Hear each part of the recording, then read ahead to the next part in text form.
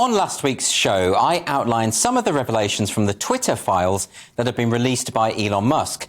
These showed how politicians on both sides of the aisle routinely requested that tweets were deleted if they were potentially harmful to their campaigns. And much of this took place in the run-up to the last election.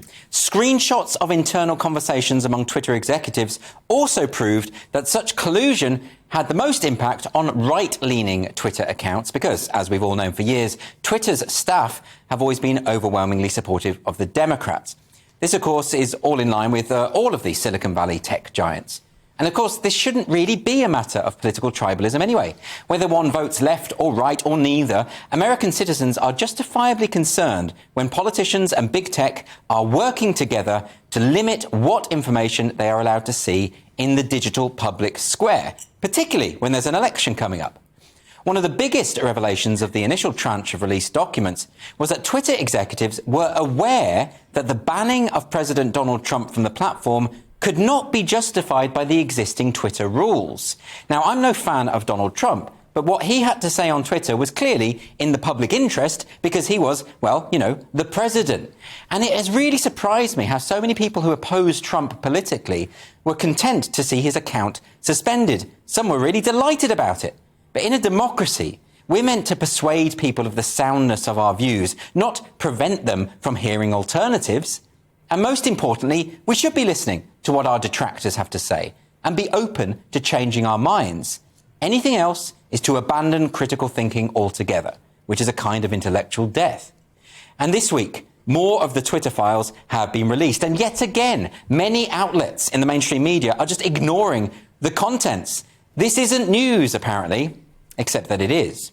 It's just the kind of news that media outlets who prioritise activism over journalism don't really want you to hear. Those who have reported on it have tended to dismiss it as what they call a nothing burger, or have spent most of their time attempting to downplay the significance of the Hunter Biden laptop story. But of course, this is to miss the point. Very few people care about naked pictures of Hunter Biden. They care about politicians and big tech working in tandem to censor a national newspaper. It's about the principle of the thing, not the substance of the story. It doesn't matter if this story had been potentially damaging to Biden's campaign or Trump's campaign. In either case, people should oppose this kind of censorship. Because when moneyed elites are deciding what you're allowed to read and say and think, that's called authoritarianism. So I would urge you all to read the various threads which detail the censorship policies of Twitter before Elon Musk took charge of the company. You won't see it on the media, but you can go to Twitter directly and have a look. They're available on the Twitter accounts of the independent journalists Matt Taibbi, Barry Weiss, and Michael Schellenberger. And I want to draw your attention specifically to one key revelation this week, which was outlined by a thread written by Barry Weiss. In this thread, there was conclusive proof that Twitter had been engaging in what is known as shadow banning. Now, this is when Twitter decides to limit the reach of certain accounts. It means that you will be tweeting as normal, but your followers just won't be seeing your tweets in their feed. You're basically tweeting into a vacuum. But the company hasn't told you that you're being limited in this way. And here's what Vijaya Gadde, who's Twitter's former head of legal policy and trust and safety, said about shadow banning back in 2018. She said, "We do not shadow ban. You are always able to see the tweets from accounts you follow. And although you may have to do more work to find them, like going directly to their profile. And we certainly don't shadow ban based on political viewpoints or ideology." But that wasn't true. Twitter was, of course, able to deny that it was shadow banning because they didn't call it shadow banning. They called it visibility filtering. So that's all right then, isn't it? This is like when the CIA were engaged in enhanced interrogation. Do you remember that one? No one was being tortured, you understand. They were just being interrogated in an enhanced manner. Now, this manipulation of language in order to deny corrupt behaviour is a feature of all authoritarian movements. And just think about what this means. The handful of executives in Silicon Valley who run the global de facto public square were deciding whether your voice could be heard on the basis of whether your opinions aligned with their own. What are they so afraid of?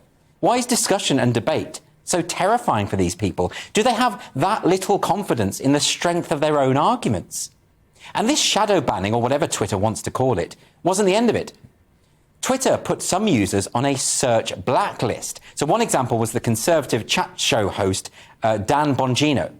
And because he was on this search blacklist, it meant that if you searched for him, he wouldn't show up. Why? Because the staff at Twitter didn't agree with his politics. Conservative commentator Charlie Kirk was flagged with the label "Do Not Amplify." That was an internal label set by Twitter executives. Now, he didn't know this. It was all done in secret. And again, this was just the Twitter members of staff with a particular worldview limiting the reach of their political opponents. They even put certain accounts onto what they call a trends blacklist, which meant that popular tweets wouldn't end up trending. One such person put on this trends blacklist was Dr. Jay Bhattacharya, who was a professor of medicine at Stanford University and co-author of the Great Barrington Declaration, which challenged the wisdom of lockdowns during the pandemic and instead advised that high-risk people ought to be shielded, but that the virus should be allowed to spread through low-risk groups in order to develop herd immunity. Now, this document was written by experts in their field who were, nonetheless, challenging the received narrative. And so Twitter didn't want Dr. Bhattacharya's ideas to spread. I didn't know that Twitter executives were experts in epidemiology, but apparently so. And of course, this is all very reminiscent, isn't it, of when accounts were banned and videos taken down from YouTube because some people were speculating that the virus just might have originated in a lab in Wuhan. And now, of course, that hypothesis seems likely, something that has even been conceded by Joe Biden's administration, all of which shows us the dangers of big tech censorship. Censors, you see, are not infallible. And if the censors can get it wrong, then they'll end up censoring the wrong things. So what's the solution? Don't have censorship in the first place.